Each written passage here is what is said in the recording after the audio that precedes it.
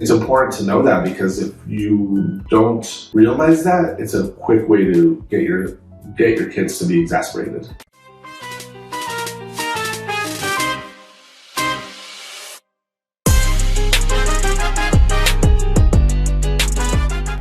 I'm Carmen. This is my husband, Steven, and we are That Gonzo Life. So today we wanted to talk about parenting kids, kind of a topic. And one of the reasons why I wanted to discuss this is because today's society and age, kids are not really valued or appreciated as much as they should be.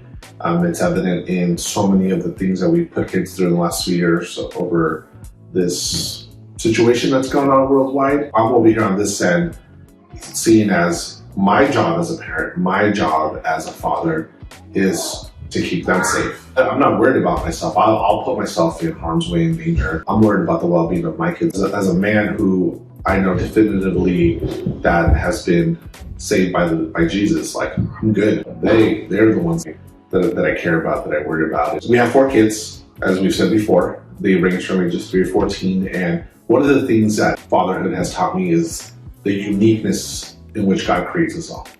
We're all different. You know, my 14-year-old is way different than my 10-year-old, and those two are way different than our 6-year-old, and our 6-year-old is way different than our 3-year-old, especially because she's the only girl. That's a whole new ballgame. This is a topic that's very important to me, because I feel that sometimes as parents, we tend to sway in one of two directions. We're either incredibly permissive and we just allow things, try to be friends with our kids and not parents, or we want to make sure that, you know, they will listen to us, you will obey me, you know, like we're the law, like that. And I don't really see it working that way. With our oldest, I would say we've had in a lot of ways the easiest road. He was always been the one that's been able to be more rational when it comes to explaining things to him, and him understanding, and I could just have a conversation with him and he would get it.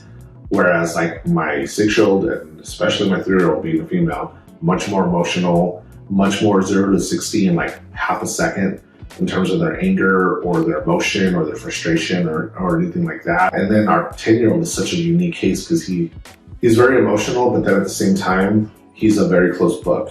You have to be patient and draw that water out of him slowly. He's not just going to open up to you. I think our oldest two are more like that. Right. For me, it's been such a learning experience to realize that it's not a one-size-fits-all. In terms of the standards, yes, we parent them all the same way. Like in terms of kindness. Kindness. And in that Gonzo life, there's certain ways that we behave, or there's certain standards that we meet. But then in the relational aspect of it, there's uniqueness. And there's differences, and there's beauty in that. There's challenges, but there's definitely beauty. And my 14-year-old was 6. If I raised my voice at him, even slightly, it would immediately get his attention. If I do that to my 6-year-old, it's a full-on battle. It's like game, set, match. Yeah, he looks at me and he's like, "Oh, you want to do this? You want to go?" And he puts on his gloves and he's ready to go toe to toe with me. That was different because we never experienced that with the first two. But obviously, you know, our Judas, he's created differently. The reason I want to talk about this is because I would encourage parents to find those nuances and those differences in their kids and understand that, especially when it's like you're mini-me and it's a butting heads things, it's meant to be something precious, meant to be something where you both grow from it and you both benefit from it. Because as Jude has challenged me, it's made me realize a lot of things about myself, and probably how the Lord sees me. He's like, man, I gave you one just as stubborn as you, you know? And so it's one of those things that I'm like, yeah, I can see that. It's still discipline, it's still discipleship, but the approach is different. It's not always the same. It's important to know that, because if you don't realize that, it's a quick way to get your kids to be exasperated. Or push them away. Yeah, I fully agree with everything that my husband has said. And being at home with our children, it gives us a lot of opportunity to see a lot of different personalities in each one of them. Also consistency. And that's, I think, very important for us as parents, is to see what they are consistent in. What are they consistent in when they get sad? What are they characterized by? That's how we can learn to better love and disciple our children. I believe that every single one of us as parents have had to really look face to face with, especially having brought our children home almost entirely for many families since 2020. For my son Cameron, who is 14 years old, I almost said 15. I was like, wow. Our 14-year-old, we're really just guiding him at this point.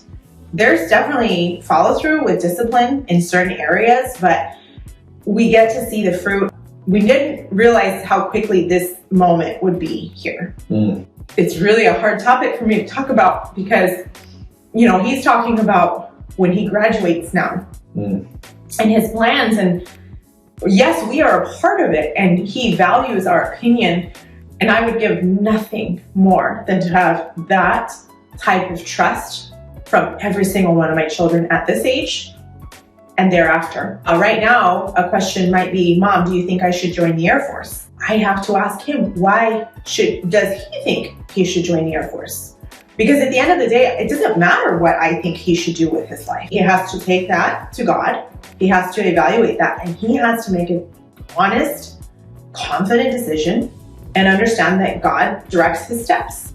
My second oldest son is, as he mentioned, so different. He understands that he's going to have to leave the house at some point and be a man on his own. He's not as quick to want to leave the house, and I'm okay with that for now. He has this dream and this vision and this love and compassion for things that I would have never considered to have love and compassion for the homeless, for the lost.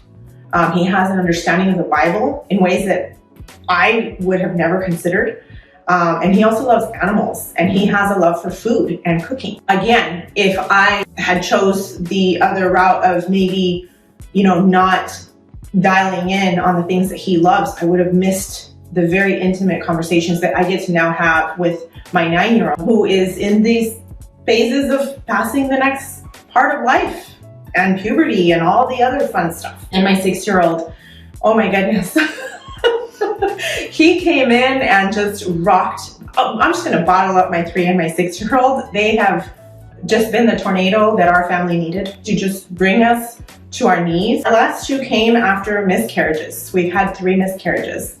So they came after 2, and we recently had our 3rd one. I think when you've experienced loss, you also get to understand the sanctity of life in a much different light.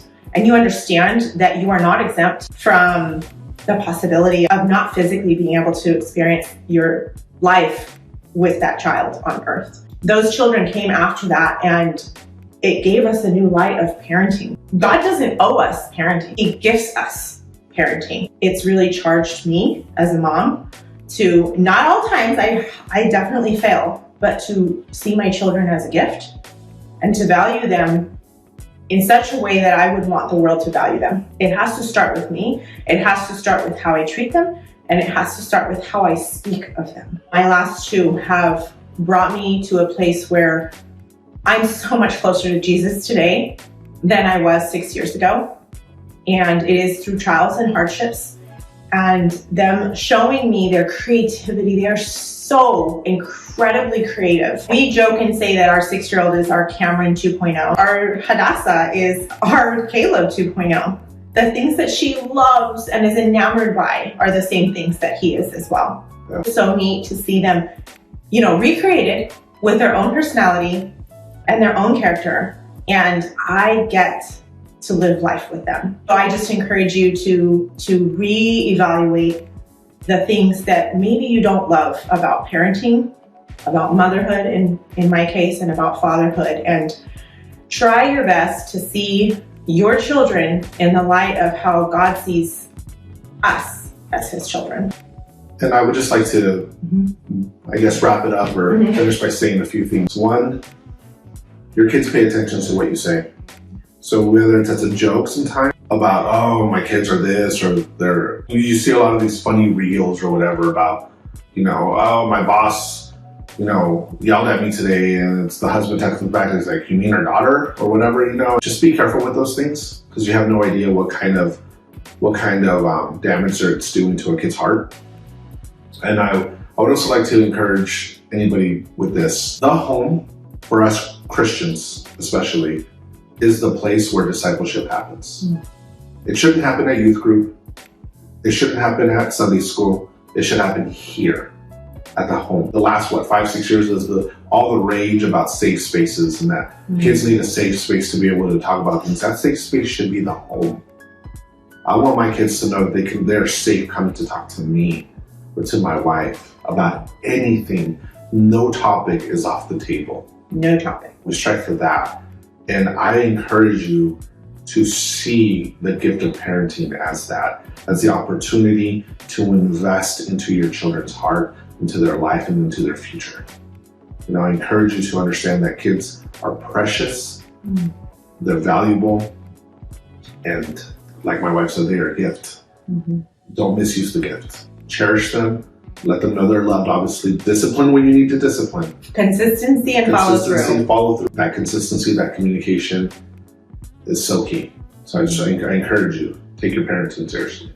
If you enjoyed this type of video from us, be sure to like, subscribe, comment below with feedback, questions that you might have, more video topics that you might want for us to record for you.